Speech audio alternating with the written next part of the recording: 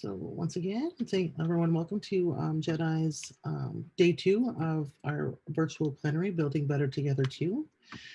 Today we are going to be talking about understanding building relationships. And as a result of, as Duncan mentioned in the kind of summary, JEDI's June 2019 plenary, Building Better Together, a report was created in partnership with the Social Science and Humanities Research Council to better understand and identify obstacles and opportunities and priorities to achieve developmental goals to improve economic and workforce development for Indigenous peoples living in New Brunswick. And this project brought together, as Duncan mentioned before, 130 frontline representatives from Indigenous communities, organizations, businesses, and other relevant provincial and federal government departments to explore some of the questions. And as you see in this, oh, I'm sorry, did somebody have something to say? Oh, sorry, that was me clearing my throat. I didn't realize I was not muted. So with this plenary, participants identified the following to be the most important factors relating to this plenary, Building Better Together. And the first one was self-sufficiency and self-sustainability for Indigenous communities, long-term stability for Indigenous communities, providing employment and training opportunities to members, revitalizing language and culture, and improving community wellness and cohesion. Surveys and group presentations were delivered during this event and designed exclusively by JEDI staff and included a multiple choice and long answer survey, a group of strength, weaknesses, opportunities, and threats, which we also call SWOT analysis, was done, and group discussions were also done. So throughout the event, JEDI staff circulated and collected the survey and took notes for the various group activities. During the SWOT analysis, presentations and group discussions on other issues like governance, leadership, shifting government policies, social issues, and location were highlighted as key challenges. But partnership was a key theme of this event, and questions and presentations centered around how to build effective partnerships between communities, government, organizations, and institutions to better foster Indigenous development in New Brunswick.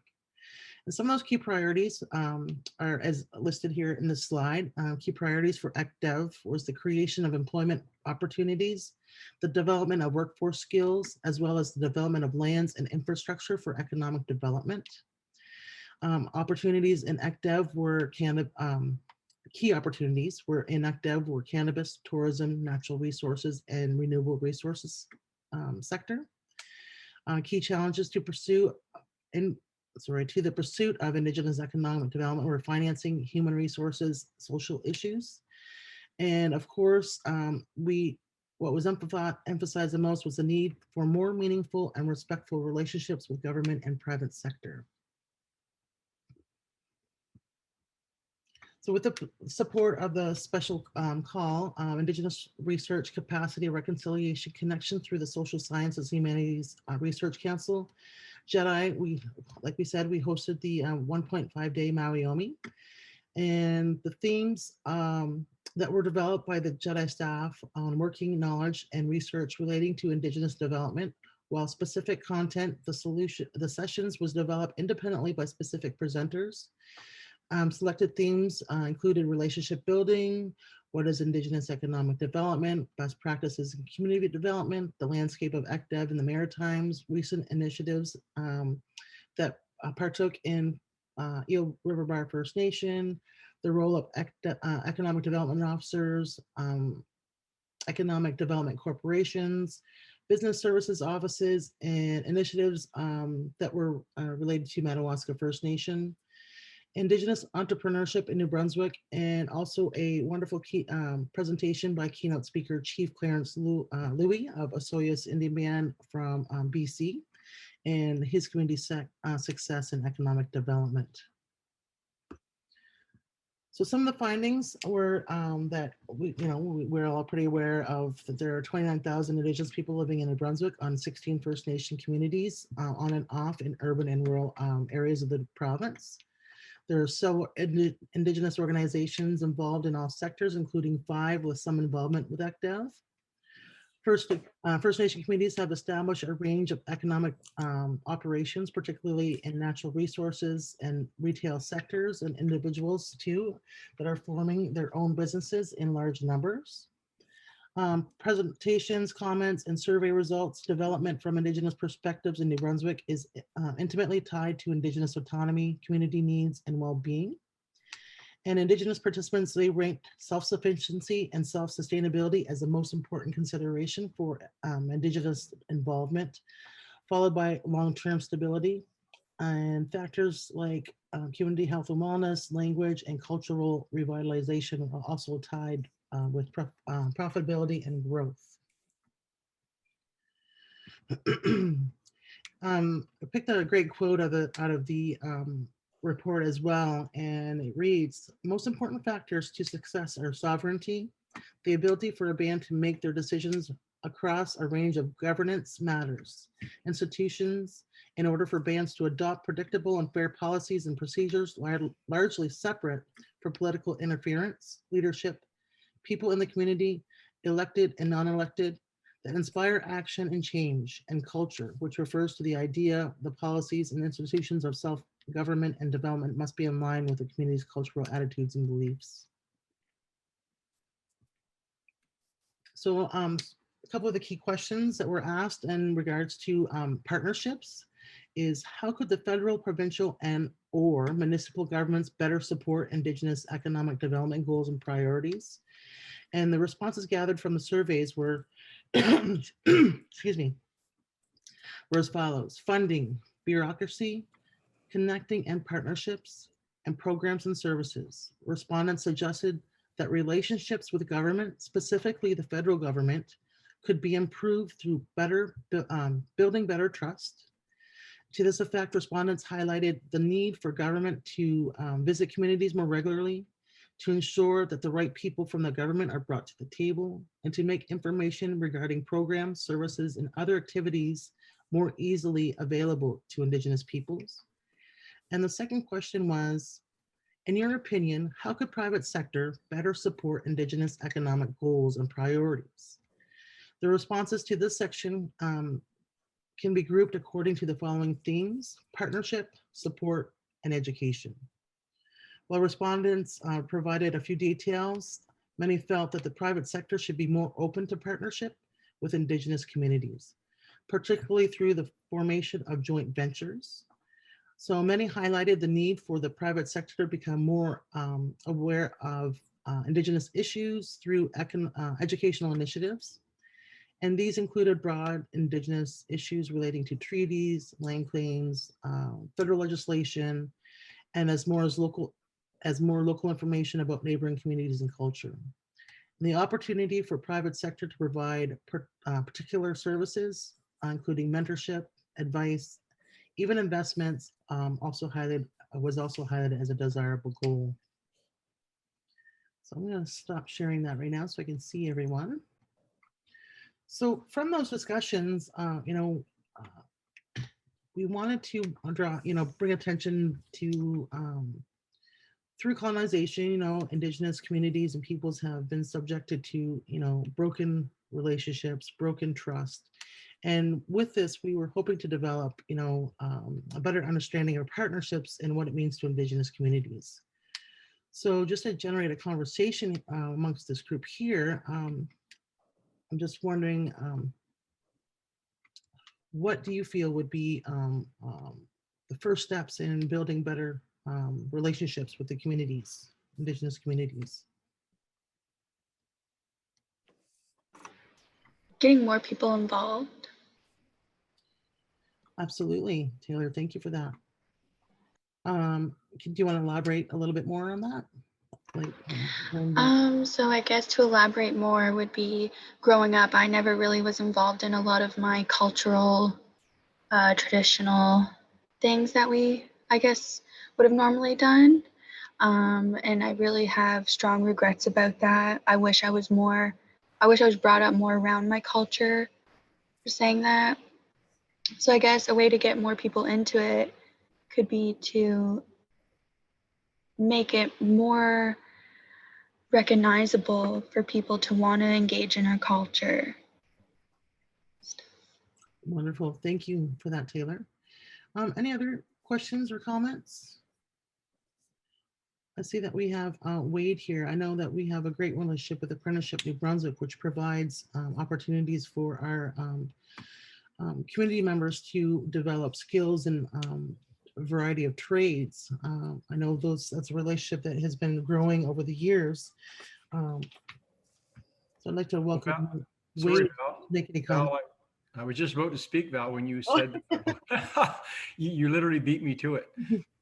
I was going to comment when I was reading through your slides there, how, one comment that really caught me was you need to have the right person and I do work for the government, just so everybody knows. And between JEDI and Apprenticeship New Brunswick, we've made some great strides in the last couple of years, to the point where we've doubled the number of Aboriginal apprentices in less than 2 years. So we're almost at 100 right now. We had 40 2 years ago. So I'm not saying I'm that right person, but I have made some strides. And, once you're accepted in the community, we can make big strides forward. So I like to think I'm that right person, but yeah, it's very important that we do build that relationship with the First Nation community before we try to tell them what we're selling them, I guess, or trying to help with. Does that make sense? Absolutely. And thank you for your comments, Wade. I'm sorry to put you on the spot, but you were getting ready, so thank you. I was ready, yeah. So as I said before, Indigenous communities have really faced a lot of broken promises over the years from government, provincial government. And, for this, for us at JEDI, we want to try to strengthen those relationships and encourage, better partnerships. And, through that, we created many partnerships with private sector, educational institutions, and federal government and the provincial government. I know I see Kate's here as well. She's been a wonderful advocate to JEDI as well, as far as building partnerships. And would you like to elaborate on some of that, Kate? Oh, I'm on the hot seat now. I would just say that I think it's really important that we do what we say and we say what we mean in building strong relationships. I work at 300 St. Mary Street, and my building's been around for quite some time. And I've had a couple of people say to me who visited my office, there was a social worker who used to work on the second floor who impacted my life in a negative way, that kind of thing. So I said, great, let's meet outside the building. Like, let's go to Tim's. I'll chat with you there. So being flexible and showing up when we say we're going to show up, and really, I guess, not to sound corny, but leading with your heart. I don't know if everybody's had the chance to do the IRAM sessions that JEDI offers. They're amazing, and just learning as much as you possibly can, and knowing that I don't have all the answers. I'm here to learn. I'm here to improve those relationships and that kind of thing. So that's what I would say. Wonderful. Thank you, Kate, for sharing. And I just have one quick question. Have you been able to, or have you noticed any barriers, or what are some of the barriers that you've experienced in creating a relationship with some of the Indigenous communities or organizations? Has there been any barriers, and how have you kind of overcome them, or how are you dealing with those? So I would say, I'd say yes, there have been, but I think it's historic as well, and recognizing that we're not perfect. I also obviously work for government, so specifically, like, it takes time. I have solid relationships with the 3 communities in my region, which are Oromocto, St. Mary's, and Kingsclear First Nations. And it took time. I had to, spend some time getting to know people, people getting to know me, going into the communities regularly when I was invited, and showing up, like I said, showing up when I said I was going to show up, and doing exactly what I said I was going to do. And then people start to trust you. And again, I by no means, just like Wade, don't think I'm perfect. Don't know if I'm the perfect person for the job.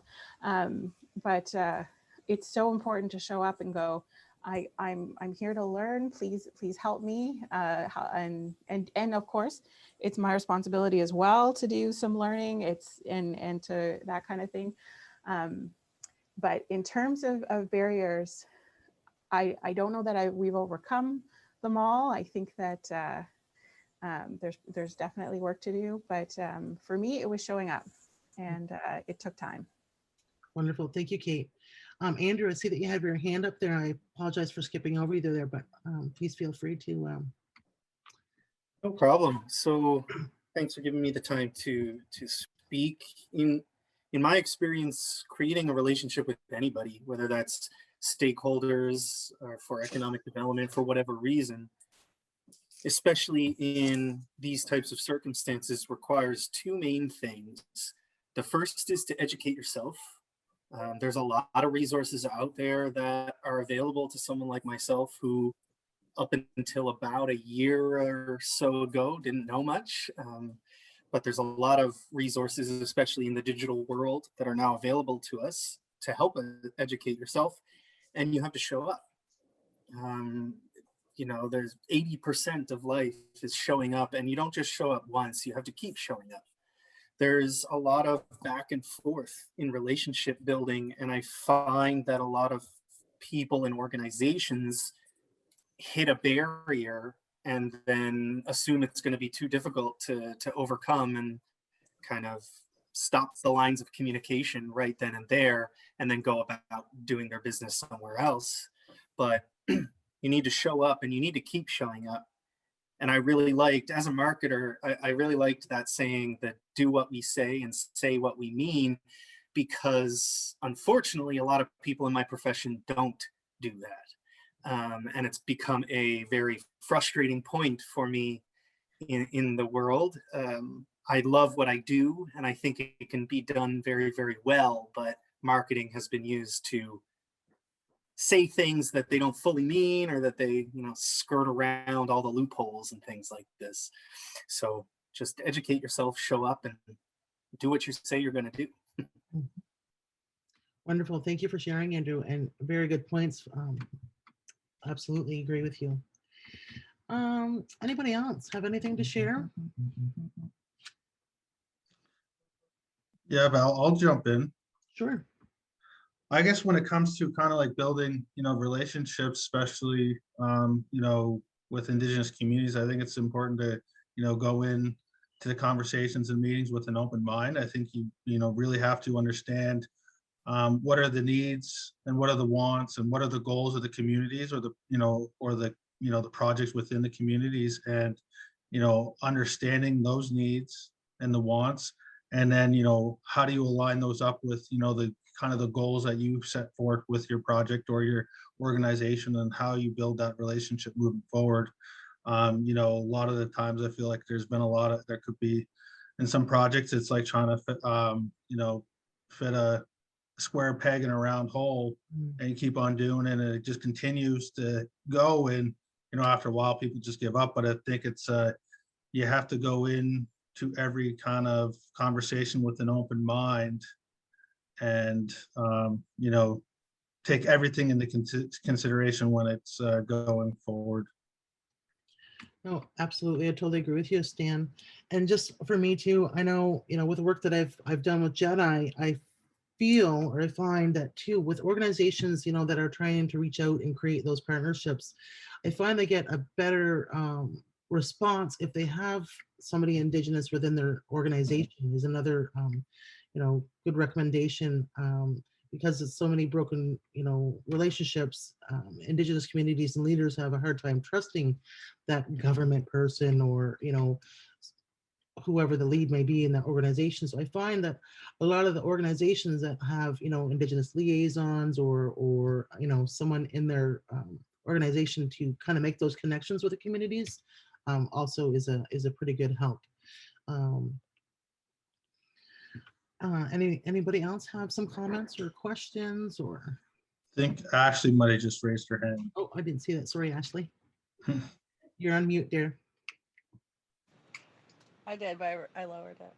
But since I'm put on the spot, I was just gonna say that I agree with Stan, and I think that in terms of I guess consultation and like building those relationships, I think it would be super important for organizations to be patient when it comes to barriers that Indigenous peoples and employees and entrepreneurs might face. Just for the reason that a lot of these barriers were put in place by the governmental structure, right? So I think it's important in terms of reconciliation and nurturing these relationships to be very patient with barriers that might come up, you know, and being flexible and I guess consistent in creating solutions. Absolutely. Oh, I couldn't agree with you more, Ashley. I was gonna say something about what you first said, but I kind of forget what I was gonna say now.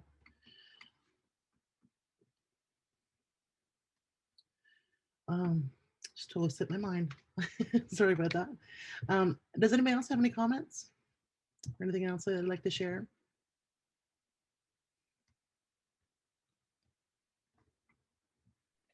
I'll just pipe up. I won't be able to take notes of this part because my brain doesn't work that well.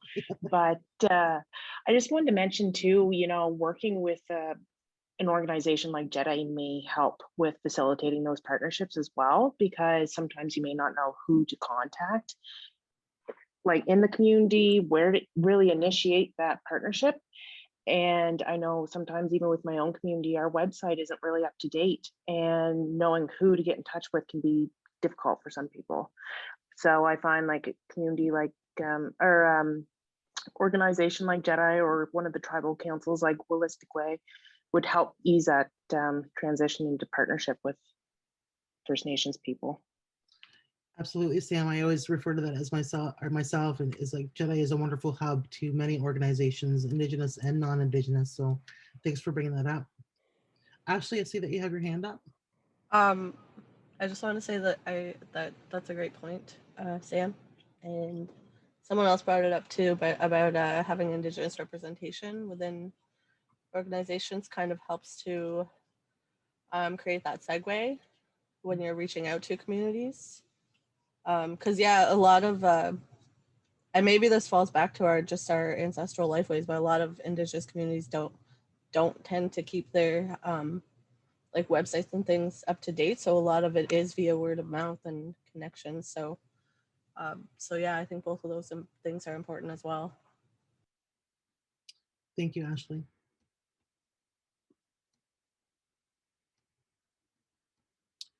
So, are there any recommendations that you might have to better, to kind of better build relationships or to make our relationships more meaningful? Does anybody have any recommendations surrounding that?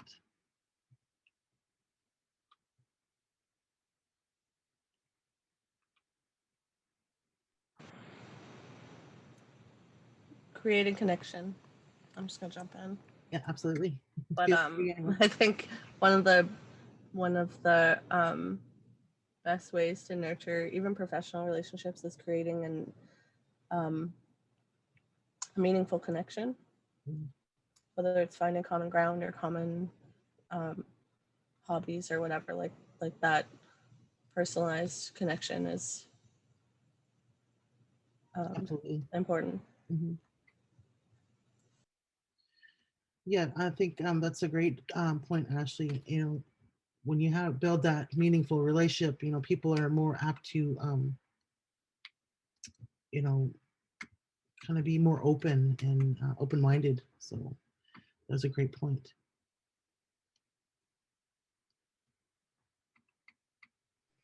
I haven't heard from Peter or Emily or Brad. Did you guys have any comments to make?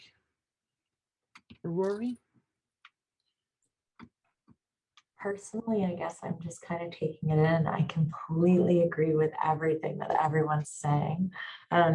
Yeah, I am kind of in the same boat. Create those relationships and understand kind of what you're getting yourself into, and kind of always, I kind of, I'm going to reiterate what another person said, but I love the say what you mean and do what you say type of deal. Like, don't just make empty promises. And when you say that you're going to do something, follow through, because it means something. And unfortunately, it's not as common as it should be that we just say things and don't follow through, and it's a shame. But it's good to get rid of that bad habit and create kind of the meaningful connections. Like I said, I'm absorbing, I'm relatively new, so I'm trying to like take everything in and learn as much as I can, but I completely agree. I'm loving it.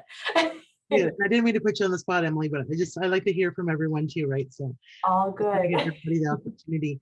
And I can't reiterate this enough. JEDI created the Indigenous Reconciliation Awareness Module. And it, we found that the need for educating, our partners about the real histories and, the TRC's 94 calls to action, and how we can better include Indigenous into our workplaces and organizations. And if anybody's interested in that, they can reach out to Ashley. She's our coordinator for that program. It's a really wonderful program. It used to be an in-person program, of course, but now we've converted it to be virtual. So please feel free to share that with your colleagues as well.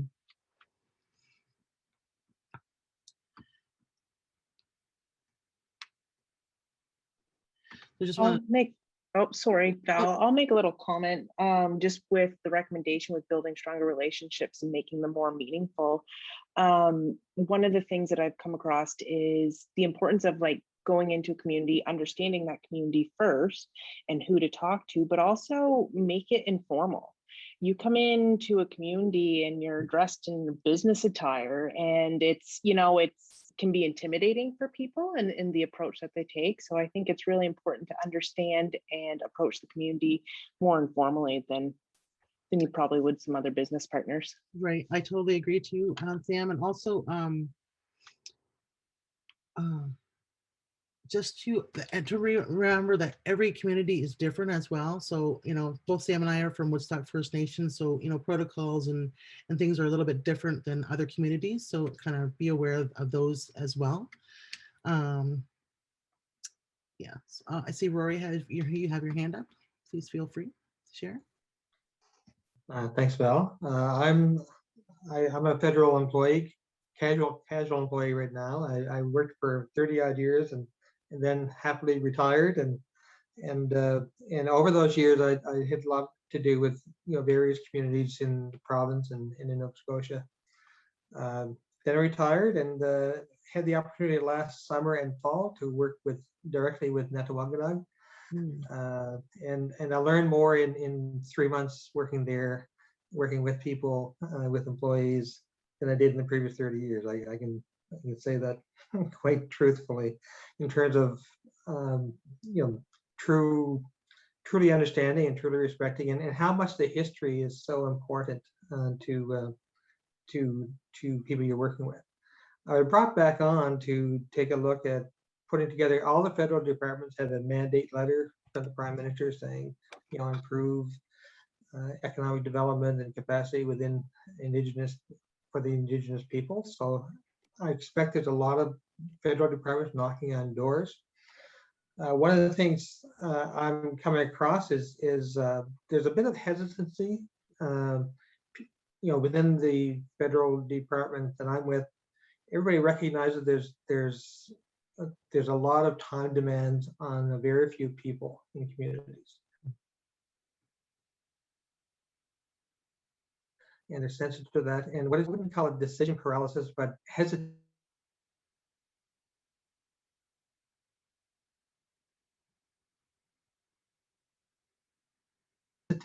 and wanting to, I happen to have bumped into a chief. Do I call a chief, or is that inappropriate, or where do I start? And so one of the things I think we have to work on is and I'm encouraging people, just start talking. If you're talking with a pure and open heart, you're going to be well received. You'll be pointed in the right direction. Don't hesitate. Just reach out and start talking. Everything starts with the conversation. But I'm curious. I'm asking the question, I guess, if there's any advice from the group here, not just you, Val, but the group, as to how to overcome the hesitancy and encourage better participation. Yeah, I think it was Sam that mentioned earlier, JEDI is a wonderful hub to kind of make those connections or to assist you in developing those relationships. But also, the tribal councils are also another great entity to utilize to better build relationships. And I just want to let you know too that JEDI is on the verge of publishing its Indigenous Ally Toolkit, which will allow participants or partners or whoever wants to read it best practices in dealing with Indigenous communities, organizations, and people. Local information. Know how each community works individually. The local surroundings, who some of their elders are, and who their leadership is. That would be my best advice. Also, as another advice is, kind of bring an ally with you if you have to. If they're not familiar with you, maybe they're familiar with somebody else in your department or organization. Any other suggestions? Rory, if I'm going to add something here, I'm just thinking when you asked the question. I think, I've had a little bit of success in the communities, and it is sometimes intimidating or tough to get into the community and get the person you need to talk to kind of be your ally, I guess. But I think for me, mostly is especially the first few times you're in a community, I probably do more listening than I do talking. Getting to know your audience, I guess, find something you have in common. I'm just thinking of a lot of the housing directors that I've dealt with, and I have a construction background, so I can kind of relate to them. And we get talking about construction, or we'll talk about building, and then, I listen, and then I kind of find out where there's some common ground, and just that's kind of how I worked at it. But I've been doing it for 20 years too, so it's been quite a while. But I mean, try to find that, do a lot of listening first before you do a lot of talking. How's that? And with that listening, you become aware of, the key people to, want to reach out further to, right? So thanks, Wade. I hope we answered your question, Rory. No, it's great conversation. Thank you very much. Yeah. And this will kind of wrap up tomorrow as well, as we try to put some calls to action in place. So it might help everybody a little bit further with this topic. So I'll just add to that I always listen to Val. That's why I said listen before you talk. Oh, sure, Wade. No, just kidding. But I did want to acknowledge Brad's comment, and I thank you for being here from Northern BC. So he said that he wanted to say establishing a concrete engagement that creates a relationship that can be trusted between both parties. Unity and trust is key to making potential partnerships work for the entire community. And I couldn't agree more. And I really thank you for sharing that, Brad. Trust is a big thing, and we're in a time that we are rebuilding a lot of those trusts. And I feel that with the 2015 release of the TRC's calls to action has really kind of assisted us into getting to that next level. If you're not familiar with the 9 different calls to action, I do suggest that when you have the time to take a read through, it's recommendations made by the federal government to better understand Indigenous communities, to develop those relationships better, to understand, our past histories and why Indigenous communities are the way they are, and, what work can be done to improve Indigenous inclusion in, everyday society. So.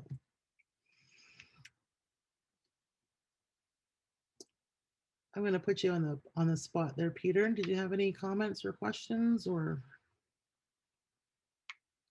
statements to make around the importance in understanding relationship building?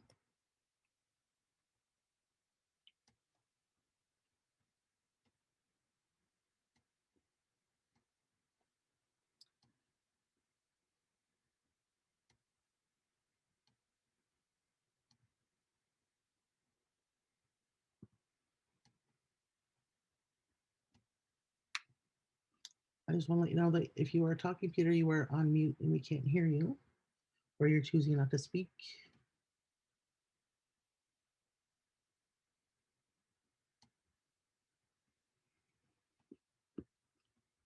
Okay, with that being said, I guess we'll just move on.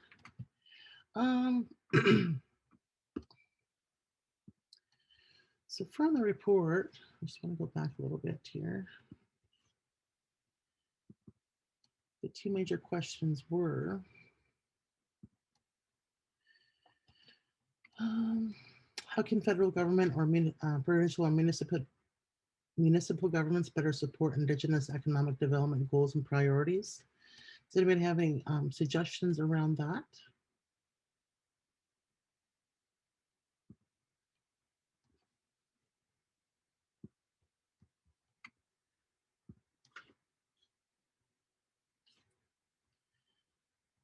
Our crowd is pretty small, so our conversation's dwindling out pretty quickly. I was really hoping for some more Indigenous participation here, so we could hear from other perspectives.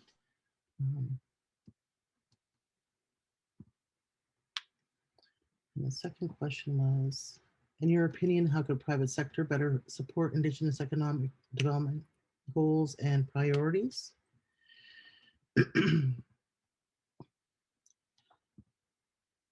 So one of the such suggestions out of that was forming joint ventures. So that's another great idea. If you have a business and you want to, build that business, a great opportunity to partner is with Indigenous communities.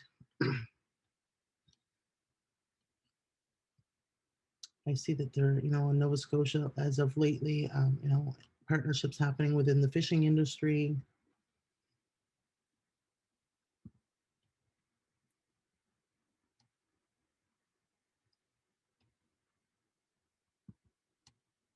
And has also brought up Indigenous issues with educational initiatives, bringing more educational opportunities to our communities.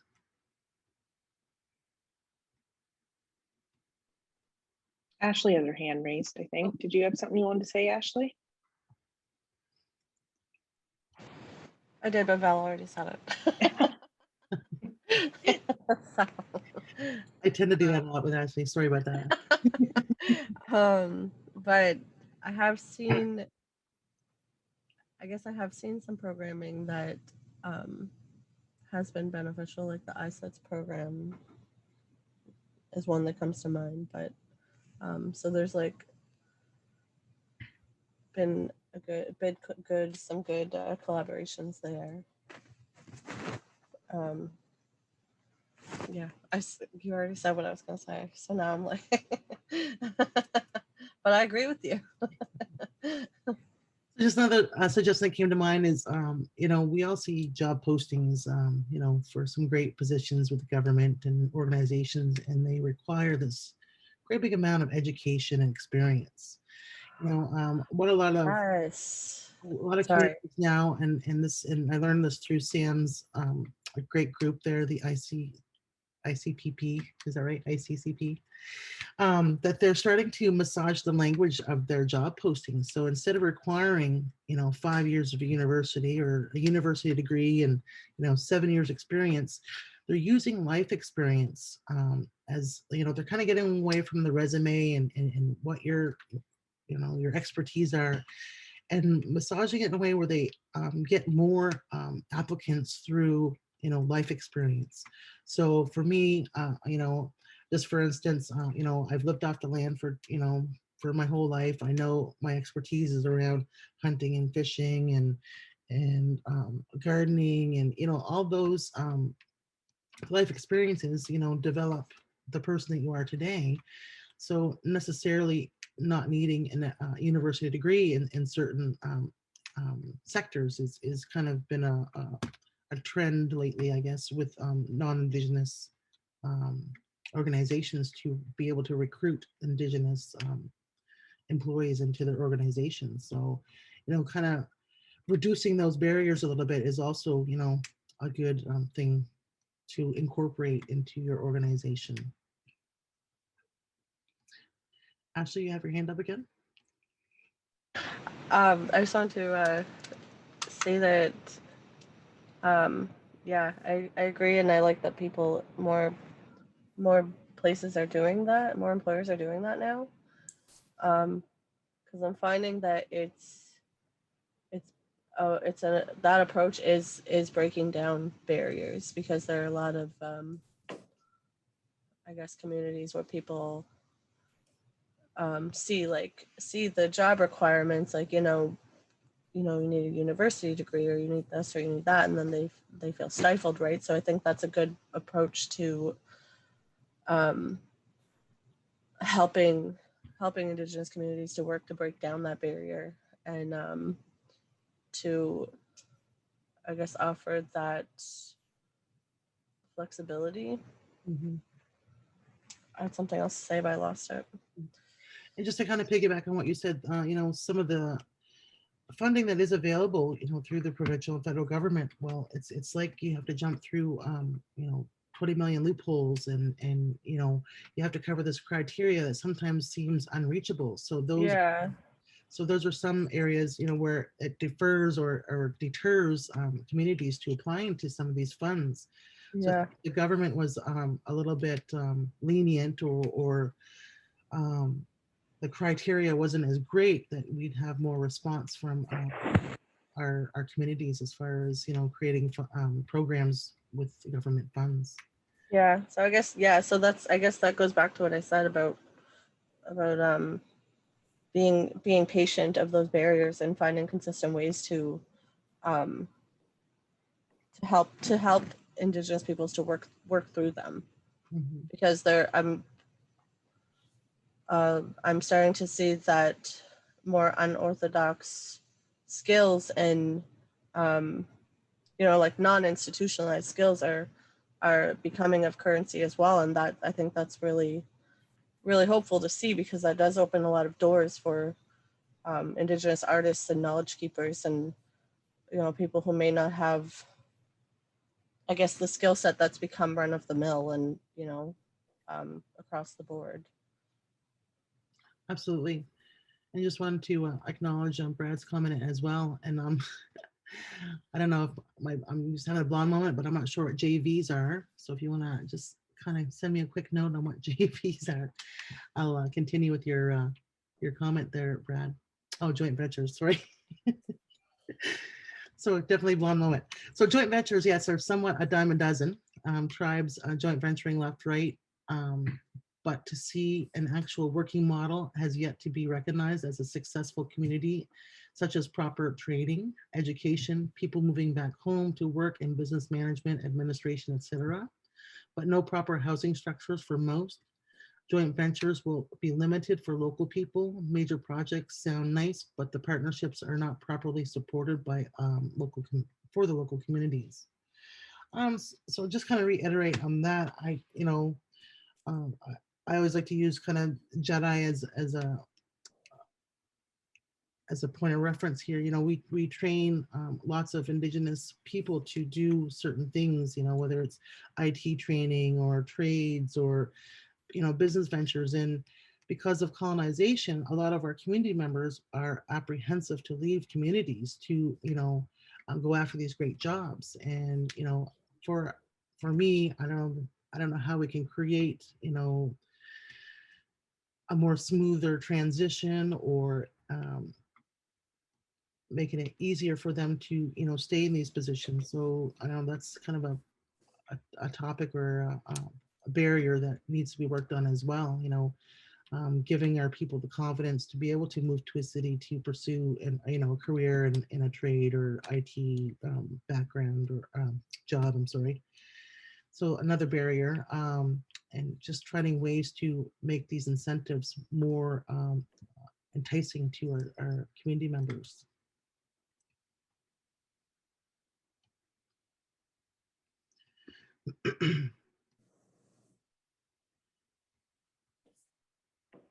So our group is pretty small. Gwen, did you have any comments to share with us? I'm gonna put you on the spot right now. Oh, sorry, I've been floating around between the different groups. So like, I mean, I know when I was here earlier, like there was some good comments that came up about, you know, educating yourself, show up, do what you're saying you're going to do. And then what Ashley just said about be patient with people who have barriers. Like, I mean, and on your note, it's too bad that people see opportunity and community as two separate things, right? I mean, in order to have opportunity, you have to leave community. And it's unfortunate that that is, you know, you have to choose one. Like, why do you have to choose one? So I think that's something that we need to work on as, you know, a whole, to how to make communities more vibrant and more self-sustaining so that, you know, people don't necessarily have to choose opportunity or community. You know, it can be both kind of thing. So sorry, I know I missed most of it, but Rory, have you had a chance to say anything? I'm singling you out, and because I know you've been involved in the ASEC project moving forward, so I was just wondering if you had any thoughts. Yeah, I did. Thanks, Gwen. I did make a comment, more of a question than a comment, I guess. And we had generated a little discussion. I really enjoyed it. Great. So just a note to everyone, our session is closing soon. So just kind of, if anybody has any last minute comments to make, now's the time. I'd like to acknowledge, of course, again, Brad's comment about perhaps JEDI should start a national training academy. That is a wonderful idea. However, we are provincially based only. We do offer our IRAN program to out of province individuals, but yeah, because our funding is tripartite, federal, provincial, and private sector, we are mandated to not only assist, but to service the 16 First Nations in New Brunswick. And believe me, we've had lots of inquiry across the nation to, you know, to either bring some of our programs to them or to allow some of them to, you know, participate here in our programs. But just, you know, that's a big talk right there. So, and a big initiative. So I think Sam wants to say something in the last couple of seconds. Sure. Yeah. Do we only have seconds, or do we have 10 minutes left? Or... It says 16 seconds. So. Oh, wow. I don't even have time then to do a review of all the notes. We're going to do it in the main room. Oh, okay. Yeah, I just want to say the opportunity and community. It's one thing about COVID is there are now work from home opportunities. So